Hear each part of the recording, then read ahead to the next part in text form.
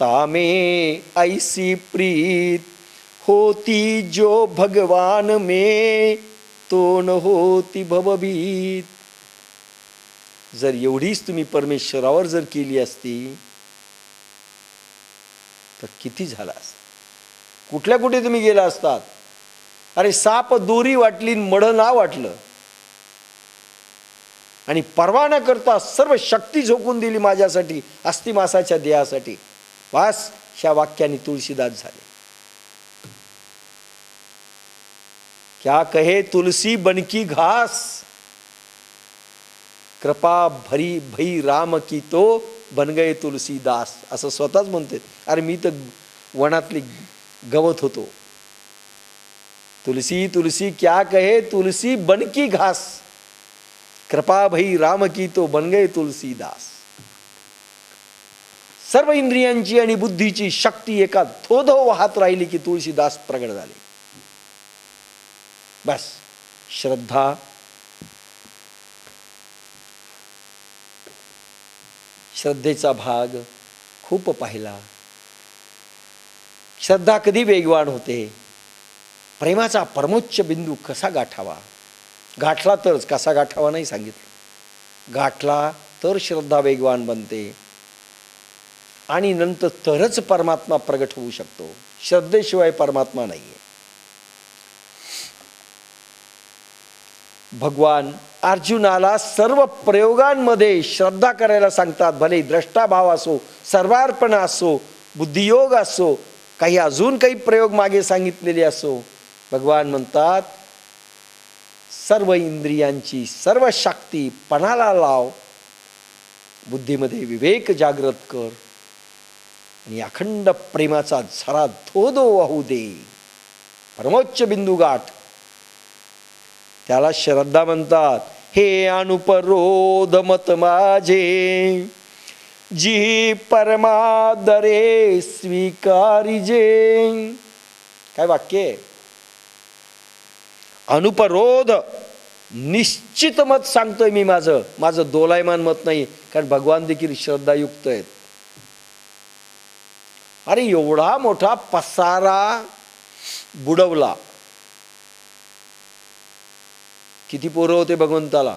16,000 राण्या, 108, त्यांना 10 पोरं, आणि त्यांना पुन्हा 10 पोरं. परभणीपेक्षा जास्त संख्या आहे.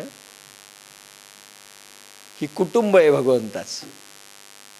सगळं बुडालं तरी भगवान बद्री केदारमध्ये जाऊन साधना करताय. थोडी इकडे तिकडे नाही. किती श्रद्धा भगवंताला देखील असेल त्या ब्रह्माची. हे अनुपरोध मत माझे, निश्चित मत सांगतोय, डावाडोल मत नाहीये. जिही परमादरे स्वीकारिजे. अर्जुना, आदर देऊन स्वीकार कर. अच्छा, तुम्ही सांगितलं का. बर, हे काय आदर आहे का. आदराने स्वीकारिजे म्हणजे श्रद्धाची लहर उत्पन्न झाल्यावरच आदर उत्पन्न होतो बुद्धीमध्ये. नाही तर तर्क असतो. विश्वासामध्ये आदर नसतो, अहंकार असतो. परम आदरे. परम, परम शब्द आहे परमात्म्याच्या शक्तियुक्त दैविटींचे. की परमात्मा सांगतोय त्या भावनेने आदर दे. स्वीकारिजे, फुल स्वीकार कर. पर पाहतो, जमलं तर करतो, वेळ मिळाला तर पाहतो, असं नाही म्हटलंय. फुल स्वीकार. म्हणून श्रद्धा पूर्ण स्वीकार करते. गुरुनी सांगितलेलं आहे पूर्ण स्वीकार, थोडा नाही. समर्पण, पूर्ण समर्पण, कमी जास्त नाही. नाही, गुरुपौर्णिमेच्या दिवशी आमची श्रद्धा जरा वाढलेली असते आणि दुसऱ्या दिवशी ढस्कन अशी खाली जाते. असं नाही. मग गुरुपौर्णिमेला सगळे साधक तिथे दिसतात. काही माऊलीला आशीर्वाद द्यायला येतात, काही आशीर्वाद घ्यायला जातात, आणि बाकीच्या वेळी असे दाखवतात, कोणी असं दाखवतं, कारण ते प्रभूलाच दाखवतात.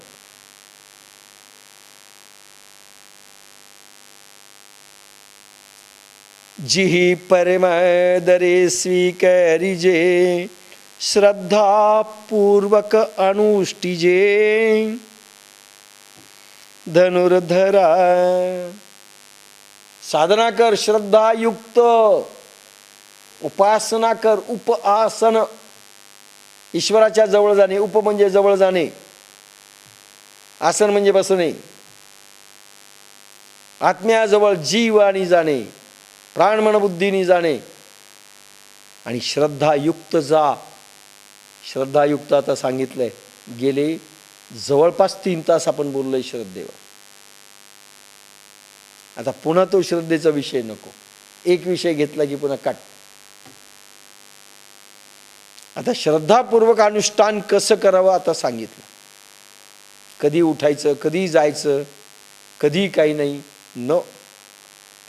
अरे एकदा बसल्यानंतर एकांतामध्ये देखील भीती वाटली न पाहिजे. इकडे तिकडे थोडंही मन न गेलं पाहिजे. रवींद्रनाथ टागोर म्हणाले होते ना, बिछाण्यावर पडलेले आहेत, रोगी झालेले आहेत, मरणासन्न अवस्थेत आहेत. त्यावेळेस काही लोक त्यांना भेटायला गेले, किती कविता लिहिल्या. अरे ईश्वराचा प्रचंड त्यांनी सौंदर्य आणि सृष्टीचं सौंदर्य वर्णन केलंय. त्यांना विचारलं, तुम्ही प्रसन्न आहात? ते म्हणे अतिप्रसन्न आहे. तुमची इच्छा काय राहिली? म्हणे प्रभूला मला हेच मागायचं की प्रभू अजून एकदा जन्म दे, कारण तुम्ही इतकी सुंदर सृष्टी निर्माण केली आणि सुंदर सुंदर अनुभव मलाही दिले आणि सुंदर गुणवत्ता देखील मला दिली. माझी क्षमता नसतानाही मला काही तू दिलेलं आहेस. तुझे थँक्स मी या प्रार्थनेतनं मांडलेत, मी पूर्ण कवितेतनं थँक्स मांडलेत, भगवंताचे आभार मानलेत. पण अजून एक जन्म पाहिजे भगवंता, आभार मानण्यासाठी, जगण्यासाठी नाही, भोगण्यासाठी नाही, आभार मानण्यासाठी. याला म्हणतात श्रद्धा.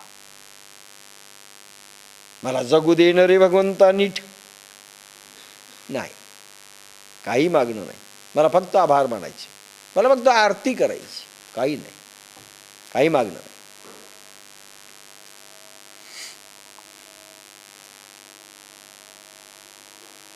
बुद्धियोग निष्ठा व सांख्ययोग निष्ठा नेऊन पोचविणाऱ्या प्राकृतिक कर्मरंभाविषयी जे जे सांगितले ते माझे निर्विकार मत, जे साधक अति आदराने स्वीकार करतात आणि अति श्रद्धेने तसे वागतात, तेही सकळ कर्मी वर्तत, जान पाक कर्म रहित, मनोनी हे निश्चित करणीय गा.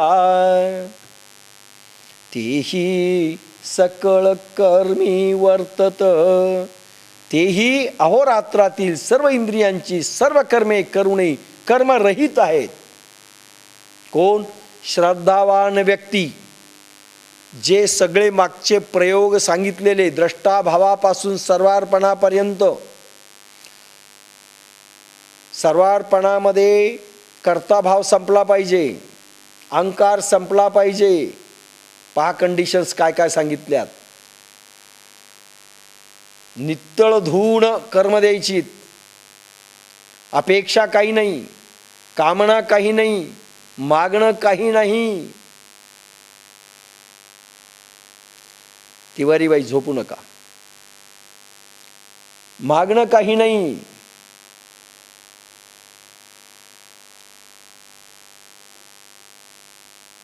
तेही अहोरात्रातील सर्व इंद्रियांची सर्व कर्मे करूनही कर्मरहित आहेत. सर्व इंद्रियांची सर्व कर्मे करा पण कर्मरहित होतील. श्रद्धा पाहिजे, सर्व प्रयोग गिरवले पाहिजे. श्रद्धा असतील तर प्रयोग गिरवतात, नाही तर आठवणच राहत नाही.